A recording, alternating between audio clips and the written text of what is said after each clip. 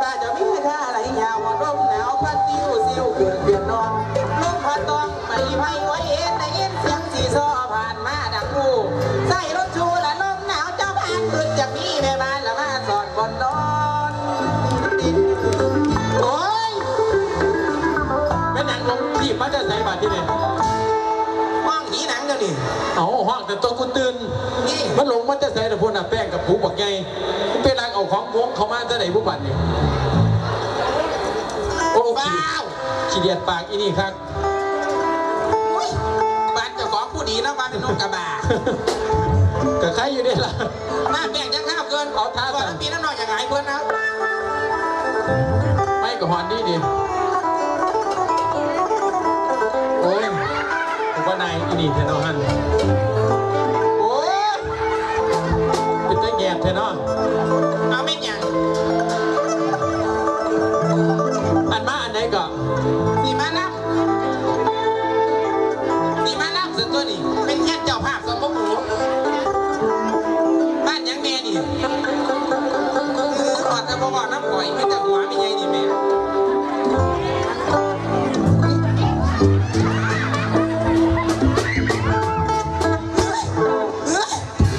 โทรศัพท์หนูสั่น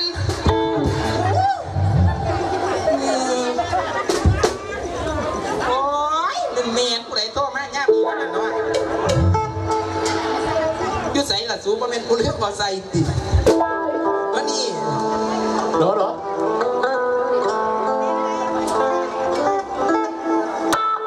ฮัลโหลคุณแม่เจ้าภาพบ่ค่ะจ้าเอานั่งมาหอดห้านเราได้ค่ะเอายุใส่ลูกแม่ก็หาลูกพ่อยืนอยู่ทั้งห้านพี่แล้วค่ะผู้งามๆนี่อยู่มองไหนล่ะลูกโอ้ยบันไดกับป้องโต๊ะคุณแม่มาดีๆเด้อนี่ตีโอ้ขนตากับป้องเบิ้งนะอ๋อคุณแม่หมาหนุ่ยตัวใหญ่ๆเอาเบิ้งดีๆหมาหนุ่ยต้องใจเย็นขอโทษค่ะหนูมาเป็นหมาหนุ่ยเอาบ้างโทรศัพท์ในอีนาเอาอยากจะมานั่งหัวกูคอยทักแต่หัวอย่างนั้นรบเก่าภาพตายนะแม่อย่าเสียมาแล้วตีนั่นแม่อีนาดิกระไรมึงจะได้ยังกล้าไปเพื่อนหัวกับพองหลุดกระลุดหันตัวโทรศัพท์ชันดีเป็นยังข้อกูมาขาดออกแม่คอยบ้านสิมาหาจ้างหมอน้ำไปตายท่านไหนอ่ะน้ำหากับพ่อโอ้ยกระหลงทางมาบ้านเนาะบ้านยังบ้านหน้าเรียกนี่แหละโอ้ยพ่อคู่กับว่าตาพ่อคู่ที่ตายญาติตัวเด็กมาหลายป้าพ่อเนี่ยจำว่าแม่จะตีหาต้องมาว่าบุญนักเรียนกับว่าตามึงคอยในกีว่าตาไส้บนมือกูใช่หรอกค่ะได้เห็นเป็นตายานมึงเห็นเป็นตายานก็เขาอีปอบกับบ้างล่ำค่ะเอาเก้าอี้มีตัวเดียวเจนั่งจักไหนไม่ใช่แม่นะเอาอีนี่มาห่างหนูแต่เอาคุณแม่หนูเป็นหมอล่ำเลยค่ะหนูเป็นแม่พญาขันหนูบ่ได้นางบันล่ำหนูล่ำบ่ออกอาจารย์สิออกแล้วแม่เป็นคุณจ้างแม่ก็ได้นั่งสูงกระมูรันล่ำตัวนี่หนูเป็นแม่พญาแม่ค่ะให้หนูนางซะของแม่เอาจังจีเอาจังไหนอีกที่ได้รับบ่เหมือนอีกกูไม่ยังสิมาขาคอยตีบันนี่เคยเห็นบ่นี่แม่ยังเอาอีนี่บ่เคยเห็นไหมก็เคยเห็นอยู่หันลาแม่ไพ่แม่ก็จะไปตัดซอยคอยงั้นมาแลกนั่นเป็นยังท่านดิเอามายังเอามานั่งขันนั่งแท็กซี่บ่ได้นั่งสองคนก็จะได้กันไหนไม่โตเดี๋ยวนี่เอามาที่นั่งจังไหนท่านดิเอานั่งลงแม่จีผ้านั่งลงดิ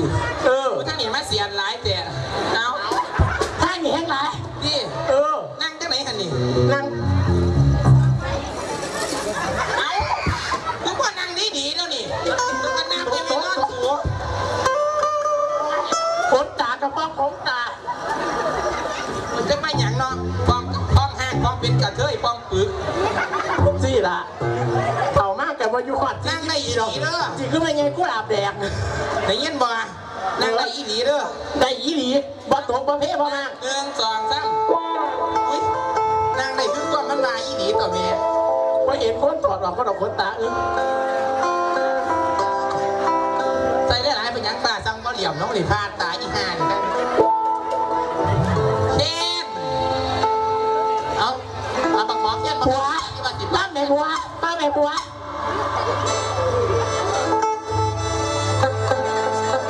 ฟังรำค่ะ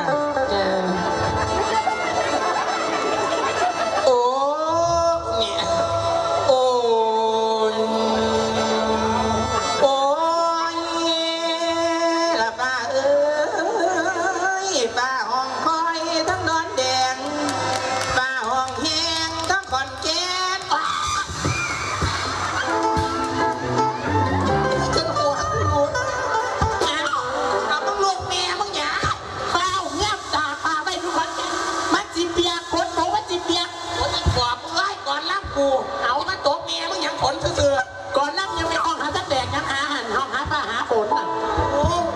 กูเลี้ยงใจก็ยังติดตัวย่ำมาล่ำมาสักสี่ฝนตกข้ามกูเลี้ยงใจเดียวแต่พ่อเด็กกาพญาแถมตายบุตกกระช่างมาต่ออยู่ซื่อคุณแม่อย่าลูกหลายนั่งเก็บดูคาง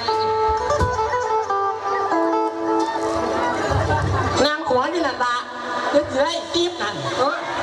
นี่เล่นตลกก็5 3เอาทีมดีอย่าลูกได้บัดนี้โอ้ยน้องป้าห้องคอยทั้งนอนแดงป้าห้องแห้งทั้งคอนแก่นห้องซื่อๆบ่ตกอย่าลูกอีปอบ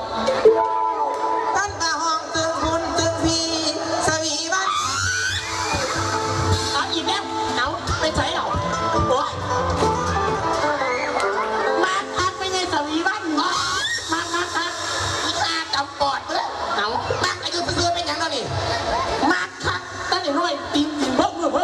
สวีวันมาเมื่อไหร่ไปก้อนมัวขนาดกูว่าไม่ใช่สวีวันกับสามีซ้อมเงินหาอีนงหน่อยกูสิว่าได้เส้นใบตายคุณบอกเดี๋ยวยังเกี่ยวกับเหี้ยวเต่ากับเต่าว่ามากหรอกน้อยนั่นสวีวันจะนอกมวนนับมวนจุดจีนไหมกูขาดแต่ข้างตาโตรุดข้างหน้ามือไปได้แล้ว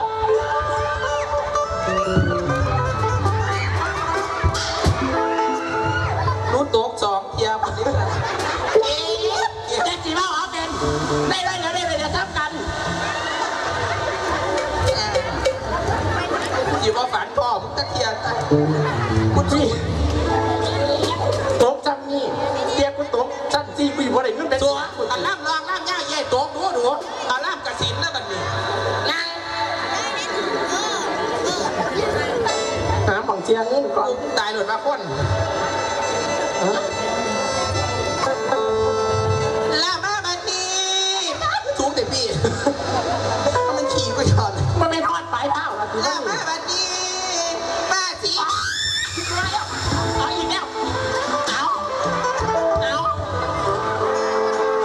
คือไปก่อนดูบุญไม่กันตัวไม่ลูกตายมันไปหาซื้อมาแล้วยาสิอาปากโคเล่ตับก่อนมึงไว้มึงโลกเห็นยังแล้วนี่มาป้าสีข้ามมาตักมาแนวกันมาหื่นมาโคตรมาอีหนีเดี๋ยวมันมากกะยูซื่อๆเนี่ยแม่มึงจะกดตาปลอมปวดนี่หมดขนาดกูเอิญหาป้าสีข้ามกูกับเกินมันแขนหักช่วงกูเอิญหาปฐมเพชรจังไรเอากูสิบอกข้อขาดพุนตีตายนั่นแล้วเก็บกับเป็นได้คนนั่นยับออกมาอีกกันน่ะมีอันนี้มาว่าโคตรมาโคตรนั่งไหมนั่งตรงนี้คิดว่าโจ๊กห้ามตายนั่งโอ้ยเย็นกูบาปใครรักวะ1 2 3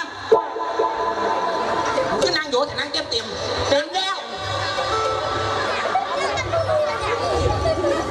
เป้าทำไมแค้นเป็นกูรับซื้อร่มบ่มีคนเป็นร้อยในทีมร้อยเดียวจะได้หลายกับตายแต่ในพระจิตท่านสุขคนก็อยู่นี่ว้าตายไม่ก็ไม่ได้เจ๊จะมาดอกตายอย่างนี้สิได้ใส่เงินทรัพย์พนักกินนะยังสิว่าได้ใส่ห้างแต่มึงกูอยากได้จ้างเกินว้าลามาบัดนี้มาถือกับสมบูรณ์ถือกับแค้นกระไรป้าสีน้ำความไข่โดยคนงูเป็นคนงูอย่าใจมองสิเป็นล้อมหรือเป็นตออย่าบ้าไปหอแบ่งกับเบาแห่งบรรทัด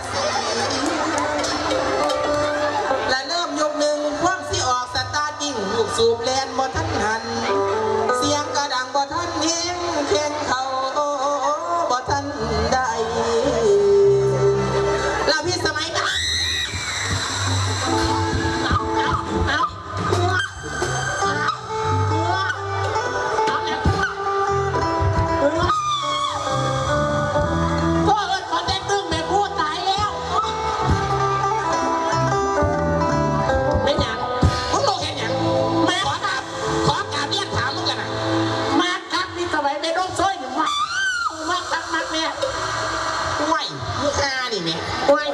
ผู้ใดพาอันดีใจเนาะแต่นิดเสียงนี่สมัยมีโรคสร้อยบ่ได้ตัว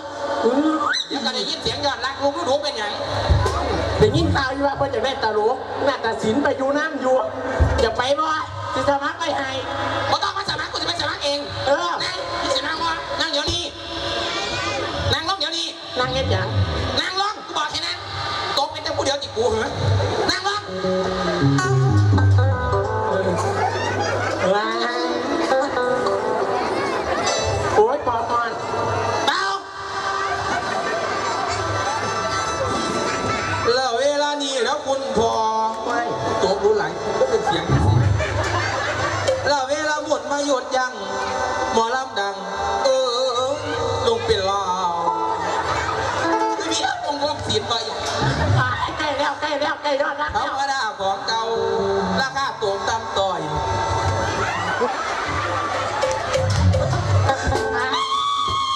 ช่วงเป็นตะพูเดียวตีมาแล้วผู้ใดตีช่วงก็จะคลองแต่เมนไปสิเด่นเอาแต่ว่าตกเห็นแต่กูตกไปใส่บังหายึดเมนเอาไปเราเก็บซอยใครเก้าอี้วัดตามมาบอกการวุฒิโอ้ยไม่ใหญ่บ้านเลยบ้านไซบารีเนี่ยมาส่วนๆนะครับเป็นหน่อยวันน่ะเพื่อนพี่อีกหลายเติมโยกท่านคนนี้จะมีอีก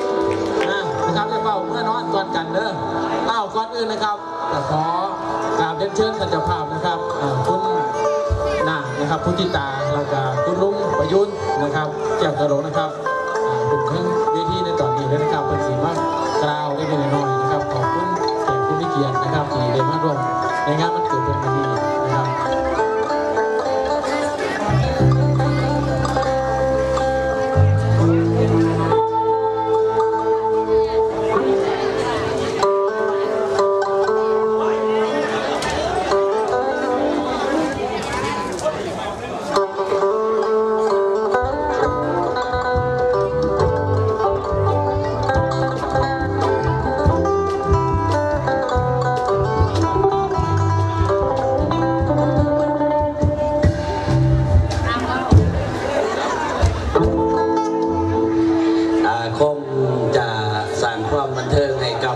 พี่น้องที่เคารพรักทุกท่านนะครับขอขันในการสักนิดหนึ่งนะครับเพราะว่างานนี้เป็นงานของวันเกิดของคุณพุทธิตานะครับเจซึมถ้าเกิดเจซึมมันศูนย์ให้บางเว้นให้กับเขาก็บอกว่าเจ้าคือเถ่าเก่ากระเชียดจักสิว่ายังไง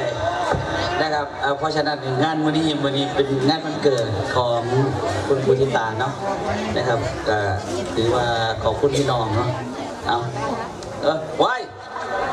กับคุณกับว่ากับพี่กับน้องไป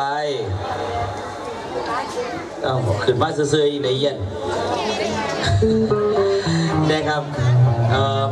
ก็ขอเวลาอาจารย์ท่านดนตรีนะครับเพราะว่าสิเป็นอาจารย์ผู้ควบคุมวงนะครับขอขอบคุณพี่น้องสุดที่เคารพรักทุกท่านที่มาเบิ่งยังสิมีความสนุกสนานไปจนกว่าเกือบสิแจ้งเพราะว่าเรียนเด็กมื้อนี้เบิ่งไหวอยู่แล้วนะครับเพราะฉะนั้นก็มีหยังมื้อนี้งานอีหยังก่อนวันเกิดก็เว้าให้พี่น้องตะมือวันที่10พุ่น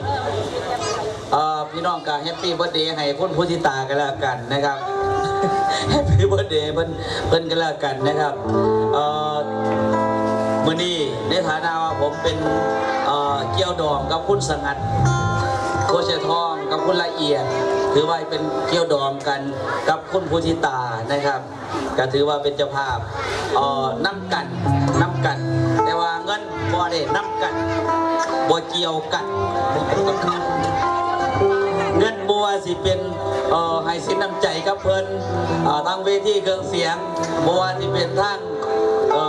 แล้วแต่อาจารย์อเนกเพิ่นสิไปหาเอาพอเพิ่นมาซอยมื้อนี้เนาะอาจารย์เองเนาะสิบ่ได้ห่วงกันมันน่ะเรื่องเงินเรื่องทองบ่ต้องโว้ถึงนะอาจารย์เองนะบ่ต้องโว้ถึงเรื่องเงินเรื่องทองนี่บ่ต้องโว้ถึงเอายังสิมีให้นะก็บอกให้ว่าให้เพิ่นโว้ถึงยังสิมาให้อีกต่างหากเดียวเรื่องเงินเรื่องทองนี่คือบอกว่าให้โว้ถึงนะโอ้อันนี้มอบให้อาจารย์ดนตรีเพิ่นสุคนเนาะจักพันพอหมื่นบ่ว่ามัน10,000 บาทอุ้ย1,000 บาทมอบให้กับอาจารย์ดนตรีทุกคนนะครับคือคุณพุทธิตาคือเจ้าภาพใหญ่นะครับพิเศษให้กับพิธีกรรูปหล่อด้วยพิเศษให้กับพิธีกรรูปหล่อด้วยพิธีกรผู้ควบคุมทีมงานให้ความอนุเคราะห์ในวันนี้นะครับขอบคุณมากเลยนะครับโอ้ลูกน้องก็เสียค่าขนมโมเมนต์ดอกค่าไอศครีมไอศครีมมือนีมิตาว่าเอามาให้เล็กน้อยผู้ใหญ่วสันถือถ้วยมาอย่ามาเว้าเลยมูซีเนี่ยเป็นให้หลายมูซีหลายก็มูเอาอย่างนี้มาเบิ่งยุ่นอีกมือดีว่ามิตาว่าเอามาให้เล็กน้อยนะมือดีถือว่างานวันเด็กถือว่างานวันเด็กนะให้เพิ่นล่ำบ่จากนี้ไปให้เพิ่นล่ำถ้ามีอีหยังกะให้อาจารย์อเนกเป็นผู้เบิ้งก็แล้วกันจัดการแทนเลยถือว่าเป็นเจ้าภาพผู้หนึ่งเป็นหลานชายหลานชายเบิ้ลหลานชายคุณพุทธิตานะครับสำหรับอาจารย์อเนกนะครับจริงๆแล้วเพราะฉะนั้นมื้อนี้เพิ่นมาซอยงานสวัสดีครับทำไมไม่ให้อาจารย์ประยูนด้วยโอ้ถ้าไม่เป็นครูไม่ให้เลยเหรอเหรออยากจะคุยอะไรไหมท่านครับบอสไหนคนไหนบอสเป็นหลานของท่านอดีตรองสุริยาสิริกิจครับเดี๋ยวไปหาทอนให้500เดี๋ยวที่ไปทอนนะครับคุณพ่อครับโอเคครับอย่าไปเอิญเพื่อนคุณพ่ออย่าไปรู้คุณพ่อกันเอิญคุณพี่สีแมนยุเอามือนี่รับการสอดแจ้งมือนี่รับรองว่าอาจารย์เนี่ยมือนี่จัดให้เต็มที่เลยกับนักร้องเขาไล่มือนี่ครับนักร้องมาหลายนะครับเพราะฉะนั้นก็ต้องขอบคุณอาจารย์ดนตรีแล้วก็ท่านผู้ควบคุมนะครับอาจารย์สุศรีบรรจับเลยนะครับเพื่อนไปรับอันเรียนสรุดีครับตอนที่เรียนผู้ที่ฝึกสอนเนาะอาจารย์สุศรีจะปัญญาผู้คุมครับผู้คุมแล้วก็อาจารย์อเนกผู้สาพันธ์นะครับผู้ฝึกสอนนะครับเป็นการได้ควบคุมทีมของวงสารครับ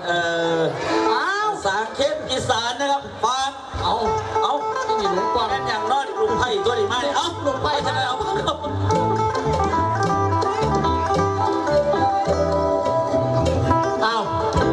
นอย่างไรล่ะมานั่งหาผัวค่ะผัวตัวยุ่งไหนล่ะพี่เบิ่งกันนะเป็นผู้จังไหนชื่อบ่ได้เป็นไหนว้าบ่เมียนไก่ใหญ่ก็หนีอยู่ปาดโต้มันท่านน่ะตื่นเสือมันนอนอยู่เล็กน้อยมันจะขีดตื่นไอ้ยังไม่ยืนบอกว่ามาอยู่นี่เอาบอกว่าอยู่มันขึ้นมาเพิ่งจะได้เห็นว่าบอกพันหาใน1,000อุ้ยตัดก่อยตัวสารเจซีเจียว่าไหนพบ200ชุดการแสดงต่อไปนะครับชุดก้อนรับตังหมายพี่ครับตังหมายนี่ไม่ยังกู้ตังหมายนี่โมเมนต์คือหวายดิตังหมายคือรับถวายมันคือแกงหมายสิบ่แหล่อ้ำชามอยู่ติดบ่แล้วอธิบายก็เจ้าเลี้ยงอยู่นาฏศิลป์บอกให้ฟังนั่นน่ะเนี่ยมาตั้งแต่ก่อนตังหมายเกิดอย่างนี้แต่ว่าตังหมายถวายเป็นการล่ำถวยถวายซึ่งมาจากประเทศเพื่อนบ้านประเทศยังประเทศลาวย่างกุ้งนี่เอาย่างกุ้งพม่าเอาเล่าที่แตกก็เป็นบอกกุ้งกระไรเดียวย่างกุ้งเอาบ่แม่นย่างตังหมายนี่มาจากประเทศลาวค่ะเป็นการล่ำถวายถวยกุ้งเป็นการต้อนรับแขกบ้านแขกเมืองเอาบอกว่ารักเบาหลายใหญ่ห่างซึ่งผมก็จุดรับตังหมายได้หรอกจ้าเขาเห็นดอกหัวกระไรหนีกันนะก็เหม็นสุดเดี๋ยวเราก็จะขึ้นมาใหม่แล้วก็สิมาเล็กๆน้อย เอ้าชุดต่อไปกับฟ้อนตังไหวนะครับ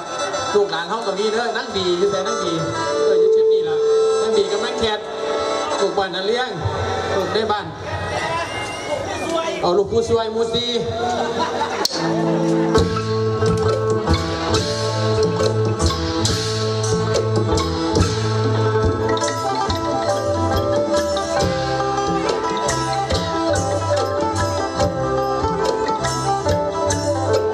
นะครับพอมีดอกนั้นทำไว้นี่มีมากตั้งแต่สมัยก่อนรุ่นเท่านั้นพอเคยได้ยินนะครับการรับตังไว้นั้นเป็นการต้อนรับของหัวเมืองแต่ละหัวเมืองนะครับคือผู้นำนะครับเป็นการรับตังถวายนะครับต้อนพระพักของเจ้าเมืองแต่ละเจ้าเมืองคือเป็นพิธีกรรมที่ศักดิ์สิทธิ์นะครับรับตังไว้